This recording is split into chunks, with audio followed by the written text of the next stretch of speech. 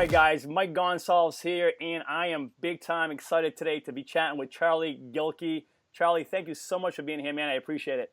Mike, thanks for having me. Let's do this. Absolutely, let's do this.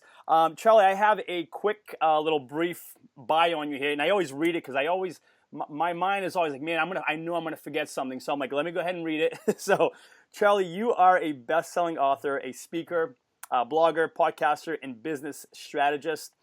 Your website, Productive Flourishing, has been visited by nearly 3 million people. That's million with an M. And your tools, worksheets, and planners have been downloaded over 1 million times. That's a lot, guys.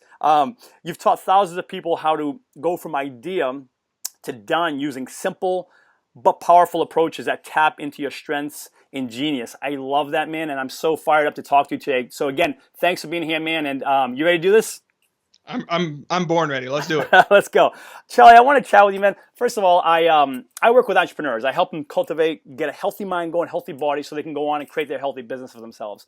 And you and I spoke, I think it was over a year ago now. I was on your podcast, super awesome time, and you and I talked about health as a foundation for success. And in that, you shared some stuff as well as far as like, hey, you had some setbacks, when it comes to health and being able to stay at the top of your game. And I want to hear more from you here in a second, because of an accident you were in. So that's a whole different story, man. When that's taken from you, it's one thing to be like, I don't feel like doing it, but when it's taken from you, that's why I'm actually excited to talk to you, because it's like, hey, what do you do when that happens? So if you don't mind, Charlie, you and I just recently connected, and you had mentioned, I'm going to read here, you said, hey, I'm finally getting in the groove again, getting back into some consistent exercise. It's been a long struggle.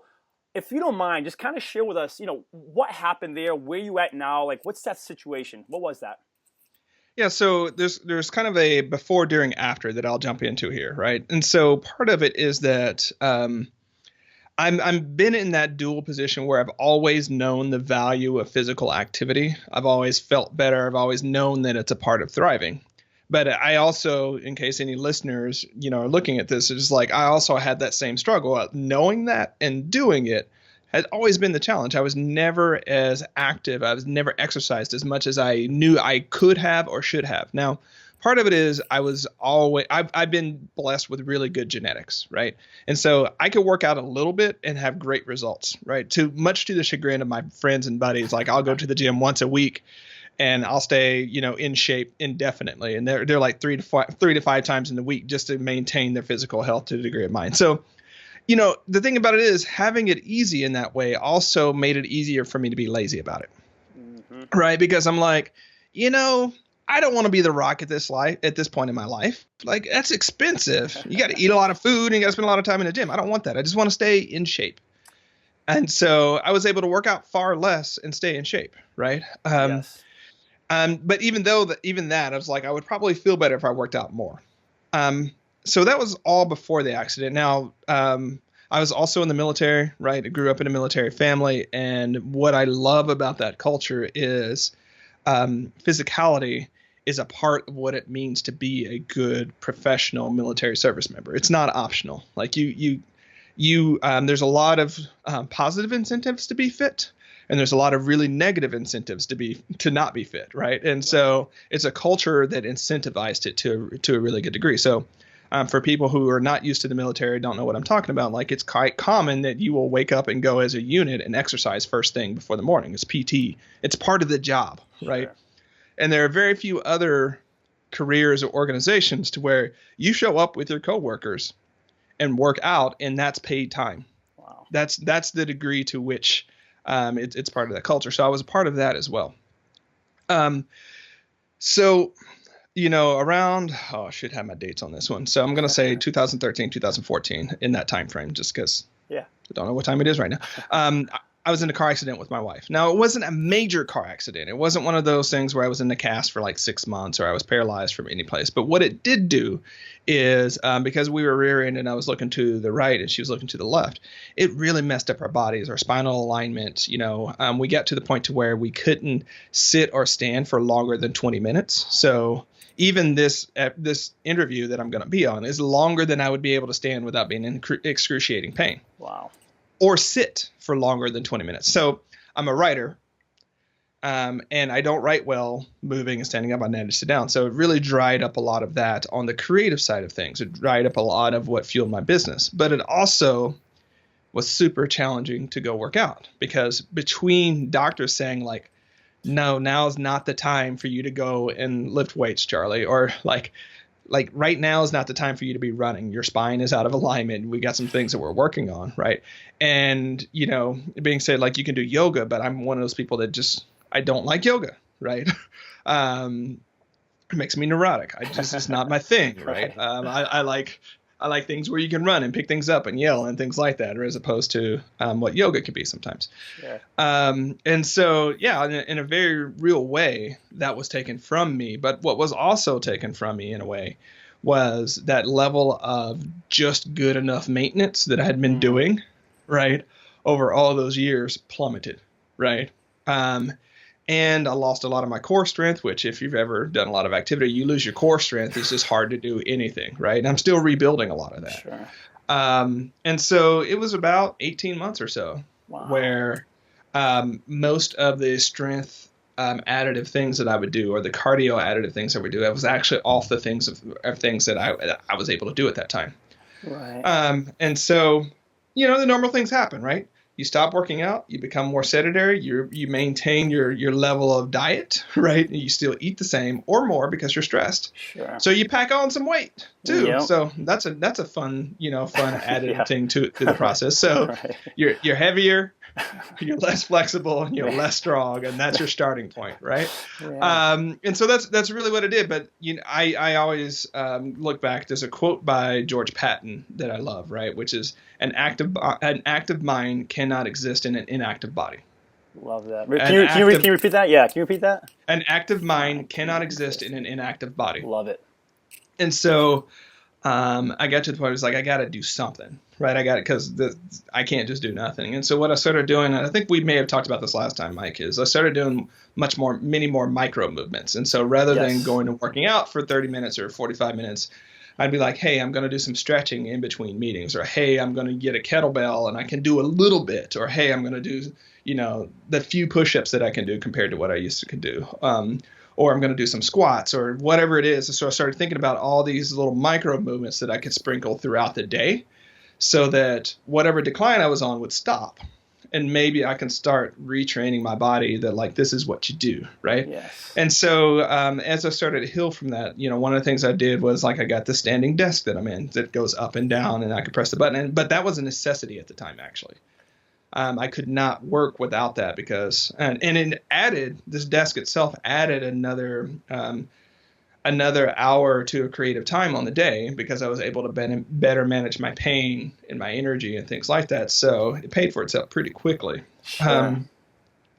But that's really that journey there. And so I came on the other side of that. And just as a full transparency note, until August of 2015, I couldn't talk about any of this in my work because my lawyer advised me not to say anything on social media and everything like that, right? So I was like, there's this whole thing, and not that everything has to be public, but you know the deal, Mike, because people will come to you when you're an entrepreneur and you're like, maybe, working out would be a good thing. Like, maybe you should do that. And they're like, you don't understand. I've got pain. And I'm like, yeah, I kind of do understand. Sure, right? sure. And so, I think that's one of the benefits of that is that it made me understand way more the constraints that people do. Because again, I'd always been gifted to just be able to be like, okay, like I haven't worked out in 3 months. Let's go work out, and I'll bench a bunch of weight and I'll do a workout and everything's just fine, right? Sure. But now, like I go in there and I'm like, man, I can't do anything. What's going on?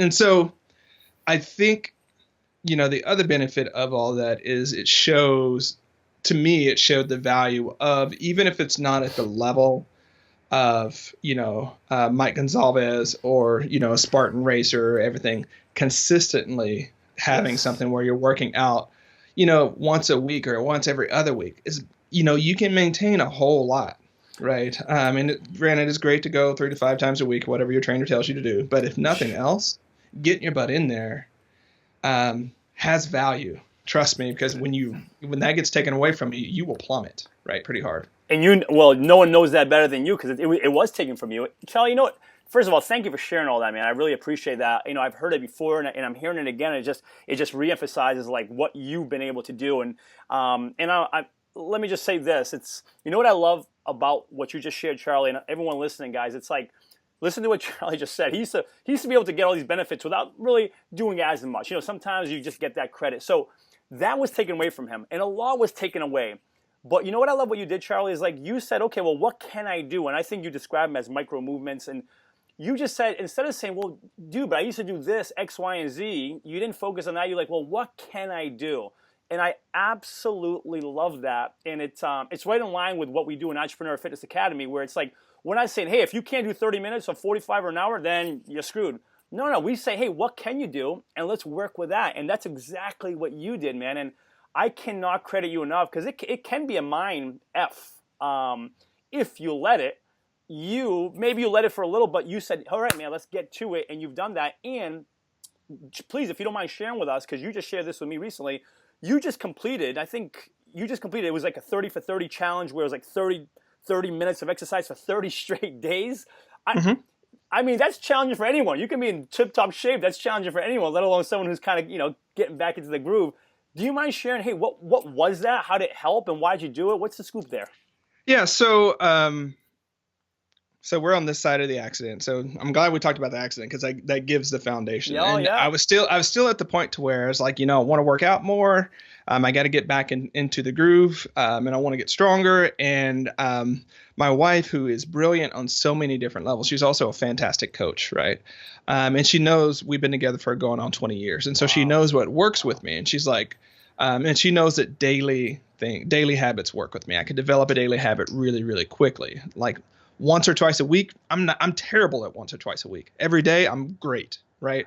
Because once I get 4 or 5 days in it, I won't break my streak. Right. And she knows that. Right. And so we were talking about this, and I think she got tired of me complaining about it. And she was like, so how about we do 30 minutes of exercise for a month?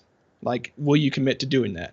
And I said, I don't know. Let me think about it. Right. Let me think about it for a couple of days, because she also knows when I commit to doing something, right, that I'm either all in or I'm not. So I wanted to give the full commitment. And so I changed it to the 30 for 30, right? 30-30. And that was the thing. And so we had to set the game up. What counted as exercise? What didn't count as exercise? Because if it was, I'm going to the gym for 30 minutes a day, I knew I wasn't going to be able to do that. Right. Just knew, I believed I wouldn't have been able to do that. It's possible. Right. Sure. Yes. But I was like, my likelihood of success for that is not very good. But so the why, so before I go to the how and the what, I'll go to the why. The why was just, I wanted to get back in shape, rebuild my core, start working on losing some of this weight that I've accrued that I don't like, right? And so that's really important to me, because the thing about it is, and I'm thinking of, I was talking to one of my clients who's a mother, and she was really frustrated because she's like, I had my body taken from me, right? I used to look like this, and now I look like this, and I'm frustrated about it, right? And so I was like, I totally feel that, because I was like, I had that taken from me, and I want it back, right? But it's one of those things that is easier to take from you than it is to give back, and no one's going to give it back. And so it was really one of those like put up or shut up moments, right? And so what we defined as exercise was anything that got my heart rate up for a consistent amount of time for 30 minutes. So it could be like we have a good sort of path down to the school about it. And so I walked a lot of those days, and I'll be 100% honest with you. A lot of those days we're walking like 2.5 miles, right, back to the school and back. And there were times in which it'd be like 11:15 at night. Wow. And I'd be like, I haven't gotten it in. I'm like, I'm not freaking breaking my streak. And so there I am at like midnight walking down the street, right? Because I'm like, I can do that. And so the majority of those days were that. But if I decided to go for a run, if I decided to go to the gym, if there were any strenuous yard work, anything that was in those lines, yoga would have counted, but I've already discussed my hatred of yoga. So, but that was mainly the point and so you can call it exercise, you can call it movement, it can be semantic, but it was really that intention that for 30 minutes of my day, at least, I was going to focus on moving, strengthening, and getting more fit and comfortable in my own skin. That is absolutely awesome. Yeah. Yeah, and so I'm currently up to 44 out of 47. So I've missed 2 or 3 days out of it, but I'm just like, still doing it, Yes. right? Yeah. One of the things one of the reasons that it works so well, though, right, is because Angela and I decided to do it together.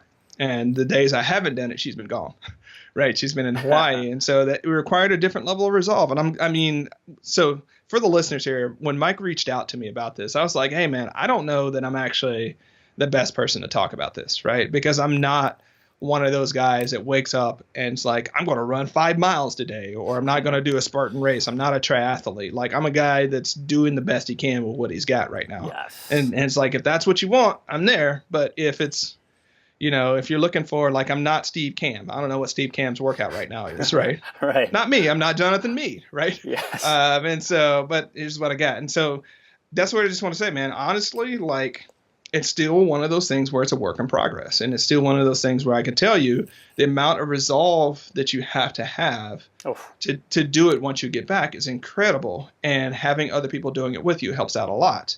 But for me, for the 30-30, I got to the point to where I was like, I'm not freaking breaking my streak, right?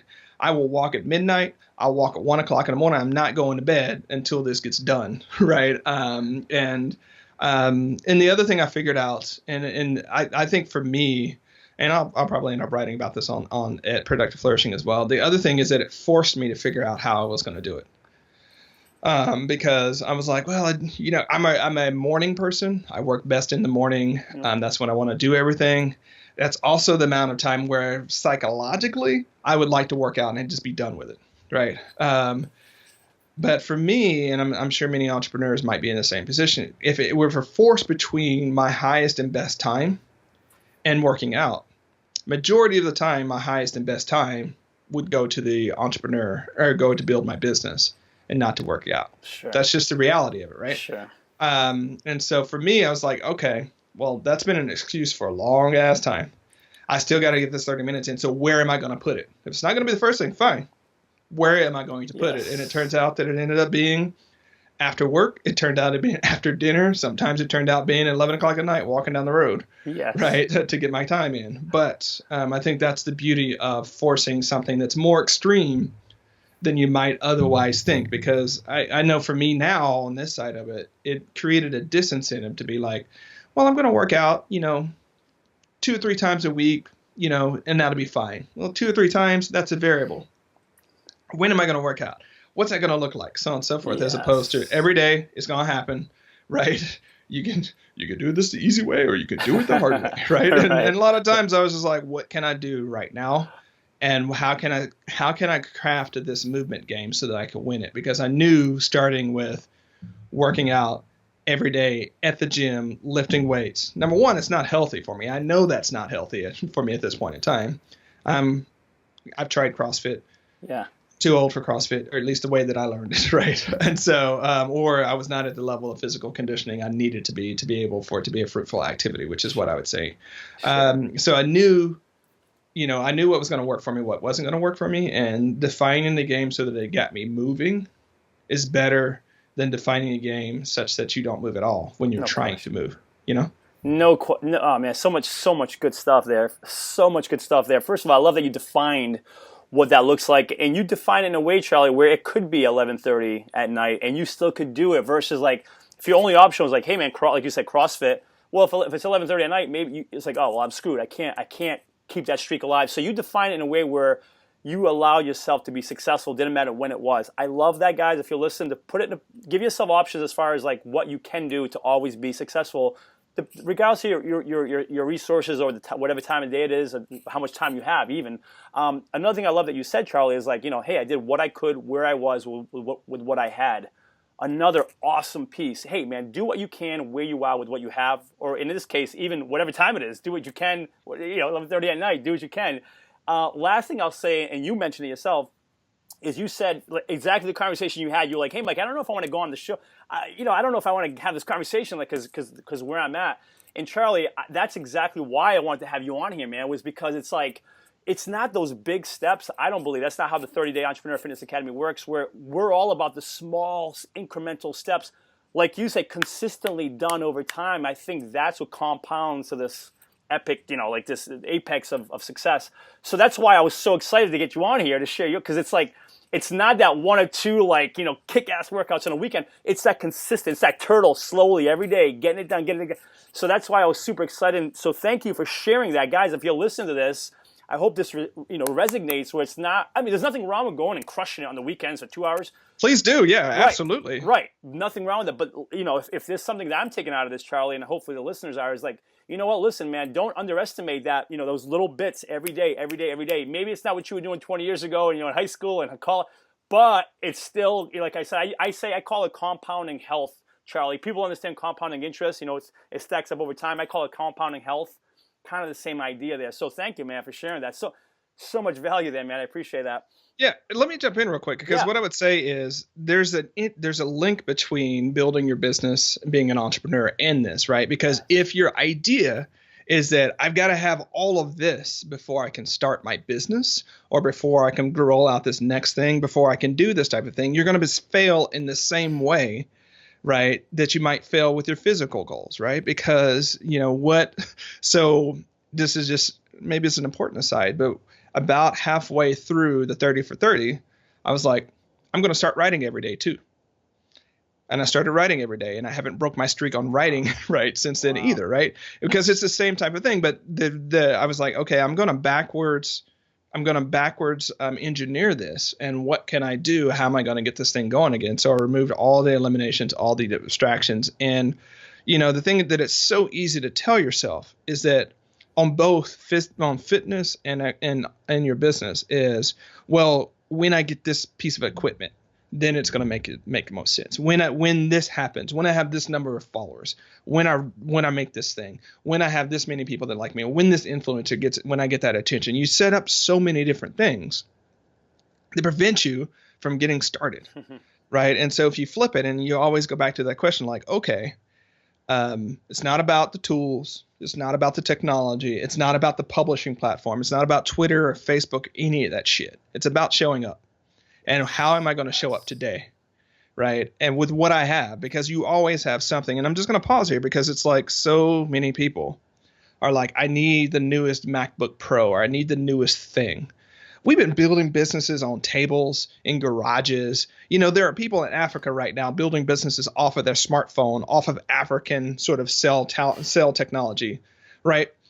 We have it really, really good. And I think it was in the same way I mentioned on the physical side. Like I had so many advantages in my favor on genetics and just my physiology that it made me lazy and not as resilient as I could have been, as I would have had to been had I been born with a stick figure frame, right? And I think in many ways, so many entrepreneurs have so many advantages that it can make it very easy for us to get lazy and to not be resilient and to not have the courage to do the damn thing that's right in front of us that we know needs to be done. So whenever you're thinking it's about the tool or it's about the connection, I'm just going to say it's about the excuse you're making right now to do whatever it is. There is another way to get there.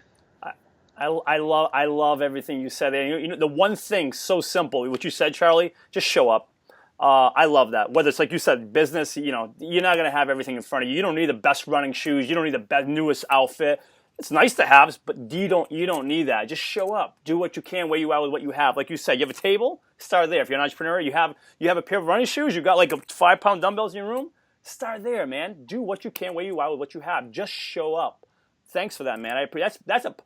Guys, if you're watching this, I would almost suggest rewinding that last couple of minutes and re-listening to what he just said. That's powerful stuff, man. Thank you, Charlie, for sharing that, man. I appreciate that. I want to dive into, so we're all talking about good stuff, right? Hey, when you're fired up, let's do what you can where you are, what you have. All right, well, now let's talk here real quickly. Let's kind of flip the tables. Let's talk about, hey, when we get into a funk, even when things are going well, things are going bad, what's your best remedy? Unless you don't get into funks, I know I certainly do. What's your best remedy of getting out of a funk, if you don't mind sharing that with us? So get out of your head, right, is one of the first things. And let yourself feel whatever you feel. I think a lot of times people and myself, like whenever I get in a funk, I make a big thing about it. I'm like, I'm in a funk. Something's wrong with my life. Something's like, and I'm like, you know what? When you got to poop, you don't have a big story about that. You're just like, I got to poop, right? And you take care of business, right? And I think when you recognize it, that funks are just part of the process. And I know it's not, some of my colleagues are going to be frustrated because we're supposed to show in entrepreneurship, we're supposed to show that it's like, sipping Mai Tais in friggin' Maui and it's always good and things like that. It's not. It is straight up not. And there are those 2:00 in the morning terrors, whether it's good or bad. If it's going well, you're like, am I going to be able to keep it? And then you'll wake up worrying about that crap. And if it's not going well, you'll wake up in the morning and be like, how do I make it go? Like, It's just this journey is truncated by highs and extreme lows, right? And so, and I think that's the challenge many people don't understand about entrepreneurship, because if you're not in this world, your range of emotions might be like this, right? It might be a small band of emotions. So your high highs aren't as high, but your low lows aren't as low, right? But the more, and especially the more you do creative work and you're tapping into your emotions and you're doing this really crazy thing of taking something inside of you, wrestling it like a slick pig and getting it out of you and then showing it to the world and saying, hey, do you like it? That's crazy, right? You are going to experience a lot of emotions during that. So feel what you feel and get out of your head with the story you're telling you about that, right? Those are like the first two steps. And then, I mean, I know it sounds funny, but like get moving, like talk to someone. If you're sitting on the couch, I know it's super hard, and I've never had clinical depression before, so I can't speak from that experience, and that's a whole different sort of conversation. But for funks, which are not clinical depression, they're easier to fall into, but the good news is they're easy to get out of. But you don't get out of them on the couch, right? You don't get out of them by just sitting there dwelling over it and navel gazing, right? You either get up and start solving the problem. And the other thing I would say about this, and I was reading something on Twitter, and I won't go into the full thing, but it was about well, maybe it should. She was talking about addicts, and she's like, I'm tired of addicts being told that they can't do it by themselves. And I was reading the thread on that because I'm not an addict myself, but I've had plenty of people in my life who are an addict, and they can't do it by themselves. They will tell you they can't do it by themselves, and they need other people. Well, we don't have to be addicts to need other people, right? I will tell you that, like, if you're in a funk, finding someone else to experience that with you and help you through it is a far better way than just sitting there. But again, you have to start from the perspective of you're not fundamentally like broken because you're in a funk. No, you're just in a funk for that day. It happens, right? Right. Sometimes a cigar is just a cigar, bro? Yeah, no. I like, get out of your own head. First of all, get out of your own head. Get moving. Couldn't agree with you more. Quickest way to change your psychology is to change your physiology. Get moving. Couldn't agree with you more. And I love what you just said. You don't have to be an addict to ask for help. That's so true, man. I like, ask for help. Call a buddy. Call someone that's going to help you get out of that funk. Charlie, couldn't agree with you more, man. And there's one more thing I wanted to chime in on that was that's what it was. And this is so powerful, man. Even for myself, to be honest with you, let alone my clients. It's like what you just said. Hey, man, a funk, it's part of the process. If you expect it, look, dude, this is nothing. It's not good or bad. It's just this.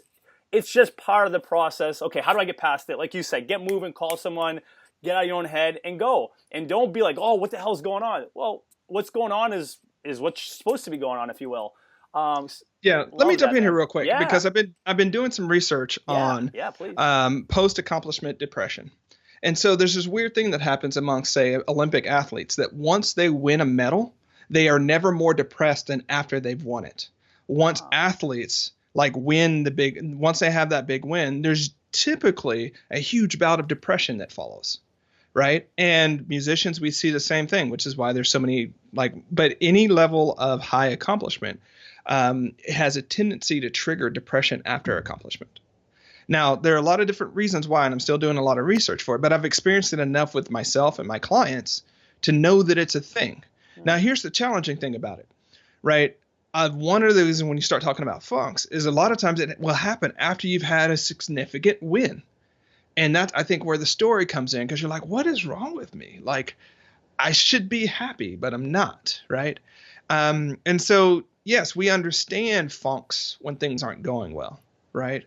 But I just want to say for many entrepreneurs out there, you have a good sort of, run with your VCs and people investing and everybody's happy and you have the launch party, like understand that there may be a period in time, and it may not be the next day. It may not be the next week. It might be 2 months down the road where a big bout of depression or funk will hit you. Wow. Right. And it's not just you.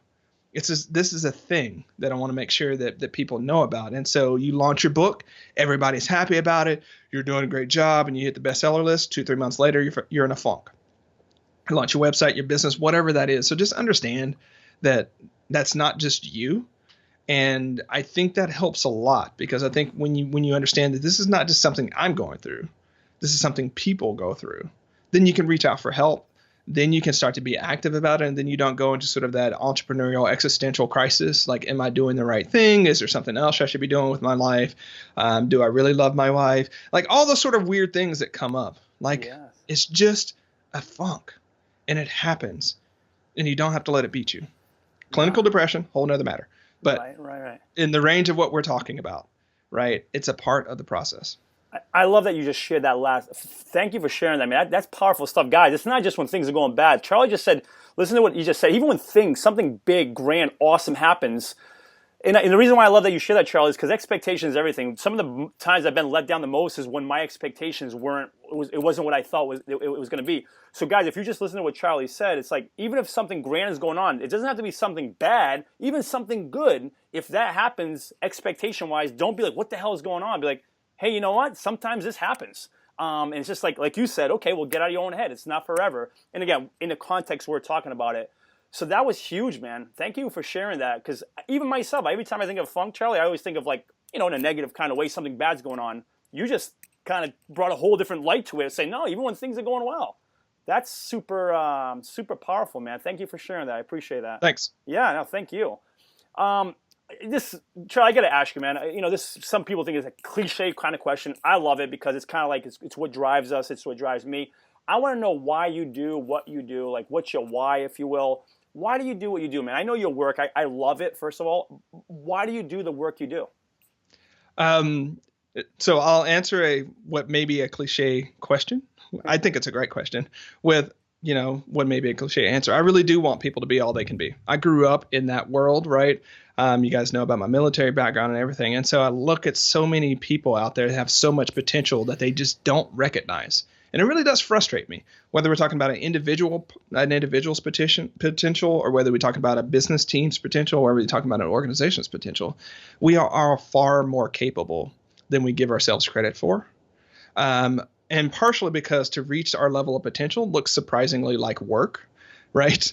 And so that's really what it is. I love, I was telling a colleague this here recently, and he's like, you should probably write that down. So I'm just going to say it because I don't feel like writing it down right now.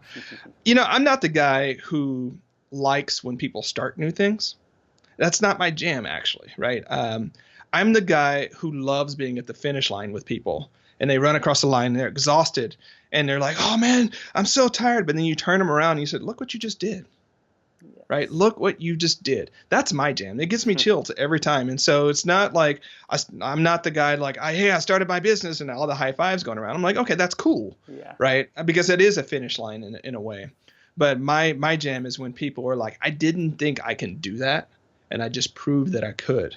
That's what I do this for, right? And that's honestly, I was talking to Jeffrey Davis about this. That's honestly why I talk so much about productivity and getting stuff done and finishing your projects and doing your best work, because we become by doing, right? And if you want to get to that finish line, you got to do the work. And you can do it smarter, you can do it faster, you can do it more efficiently, you can do it more effectively, you can do it more strategically, but you got to do it. Yes. And that's why I talk so much about it. I appreciate you sharing that, man. Actually, when you said that story, when you turn them around, like, look what you just, that actually gave me a bit of chill, because we're similar in philosophies there. I'm the same way. I lie in bed sometimes for 15, 20 minutes, just staring at the ceiling, smiling when I get an email, like something along those lines.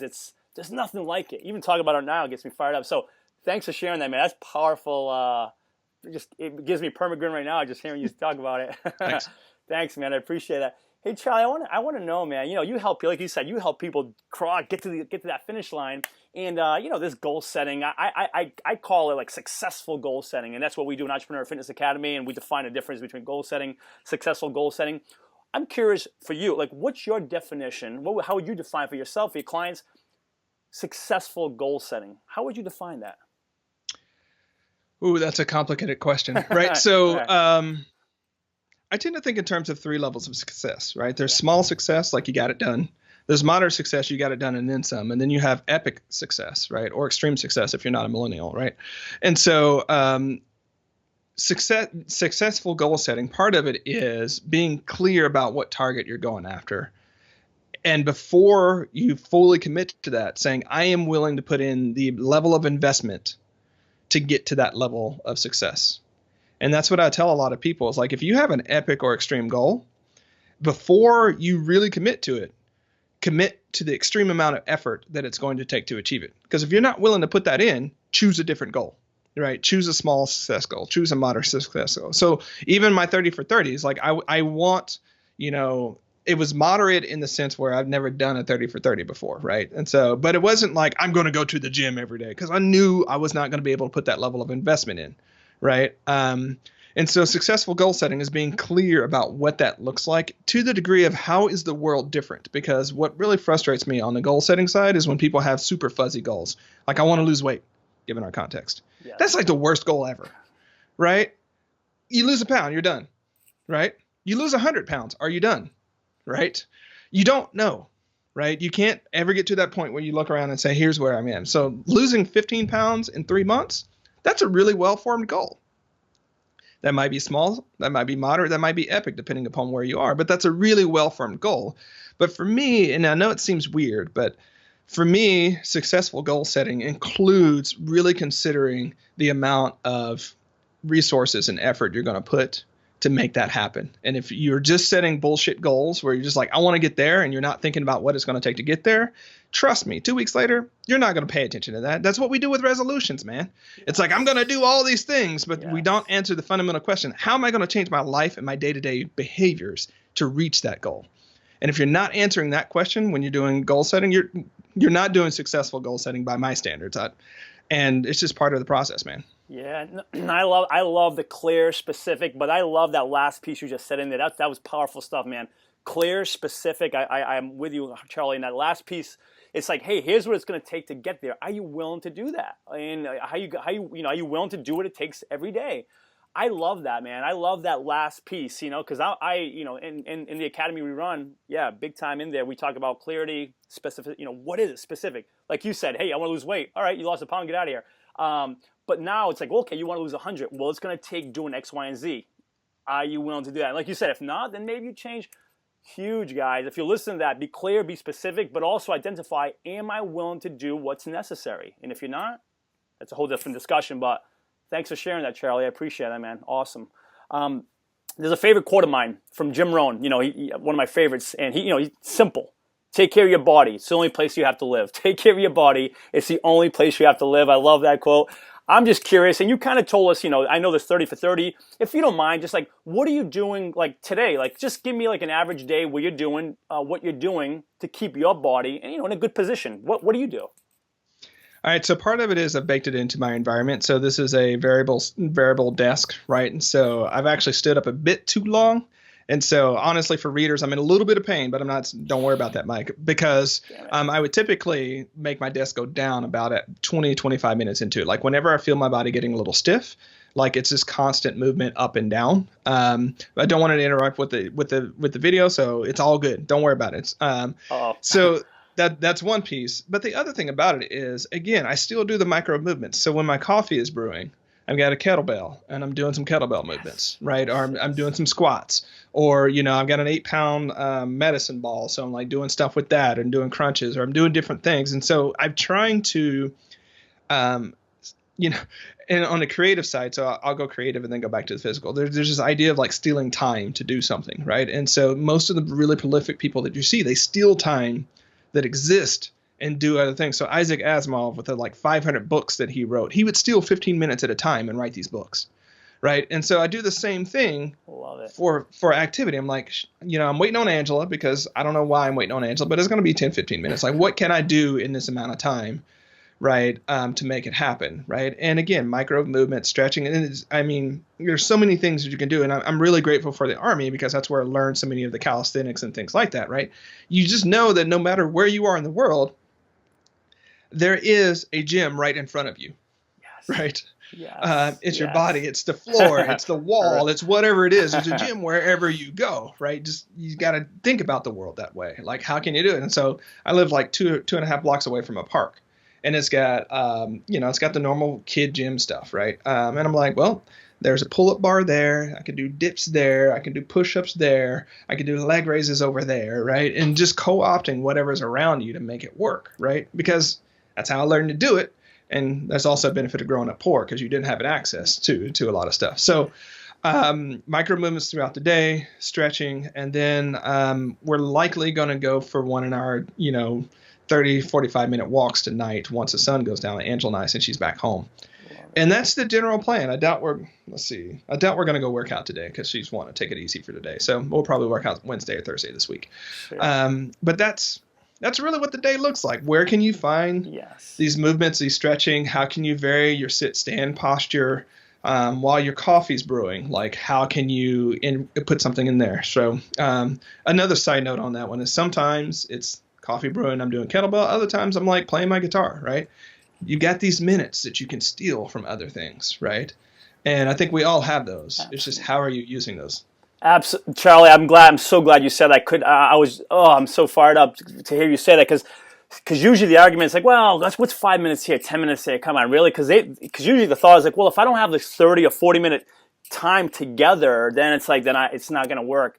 And man, you just said it yourself, and I couldn't agree with you more. Like, if you got 5 minutes, you're waiting on something, like, make use of that. And I love what you said. Dude, your gym is wherever you are. Calisthenics, right? I had a buddy once, I was like, that's ridiculous. You can't. And I was like, give me 5 minutes. We picked 5 exercises. I go 1 minute each exercise. Literally 4 minutes in, the guy was, we were only 4 minutes in. And so guys, girls, everyone listening, do what you can where you are with what you have. We keep coming back to that. So listen to Charlie. Charlie's getting in whenever, hey, waiting on something, whatever, just get it done. It doesn't have to be together, That's phenomenal, man. Thank you for sharing that. I love that. I want to ask Charlie, if I may, I'm looking here, this next question is, I believe this, and I know you believe it as well, but I want to hear how and why you believe it. How does exercise, keeping ourselves, physically conditioned, how does that help our businesses professionally as entrepreneurs? How does that help us? How does that taking care of ourselves physically, help us professionally? So confidence is transferable. So if you're confident in your body, you feel strong in your body, you feel fit in your body, it's easier to transfer that over to your business. And so you're talking sales, you're talking marketing, you're talking presentation skills, you're talking just showing up and getting it done, right? And what I would say is for those people that are on sort of my side of things that are struggling or getting back into the groove of things, if you build the tenacity and the resilience to do it on the physical side, it's so much easier to apply that on the business side, right? And so what you got to think is zoom below the activity in mind, whether it's writing or whether it's sales, whether it's whatever. There are these fundamental skills that we can develop around discipline and awareness and attention and courage.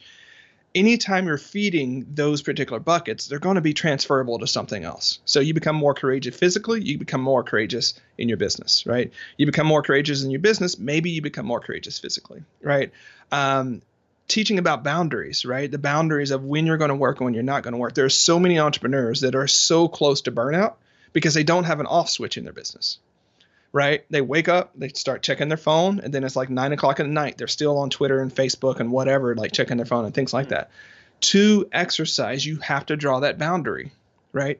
You can't be at the gym checking your email and everything like that and be at the gym. You can only be at one place at a time and be fully there.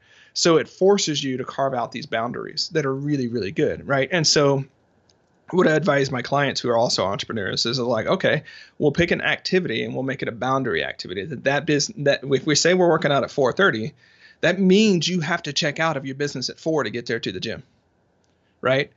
it's a natural sort of thing. But without that borderline there, it might be 7:15, it might be 7:30, it might be 8 o'clock at night. And then all of a sudden, oh man, it's too late. I got to eat dinner, and then Yep. I got to hang out with my kids. And then all of a sudden, like the excuse train starts happening, right? Yep. And so it builds boundaries in that way. I've already mentioned the resilience and the tenacity. And I think it's just one of those things to where when the more you train yourself to say, you know what, when I say I'm going to do something, I'm going to do it. The more that you're able to do that in your business, you say, I'm going to write a book and launch it. If you already have ingrained in yourself that you're the type of person that says they're going to do something and finishes it, you are far more likely to be successful and get it done than if it's one of those questions of like, it's just another one of those things I said I was going to do and I'm not going to do. That self-talk will eat your ass alive, man. Like if you become one of those persons who yourself, you don't believe that you're going to do what you say you're going to do. And so I think that's, those are some of the things. And again, you've got your body, you've got space. Like even people in prison work out in their cells, right? Right. You have what you need to start testing that, right? And it's not dependent on anybody else. No one can give it to you. No one can take it away from you, right? And so those are the types of things that you got to know. Because again, when you jump over to the business and professional side, you want to build those habits and those disciplines and those assets that no one can take from you. No one can take your past accomplishments from you. No one can take the amount of work and generosity that you've shared in your network. No one can take any of those. They can fire you, but they can't take those away from you, right?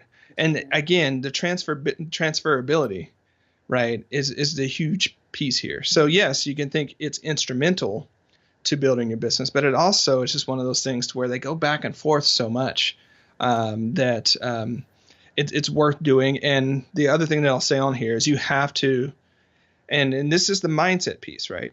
You have to see movement time as productive time.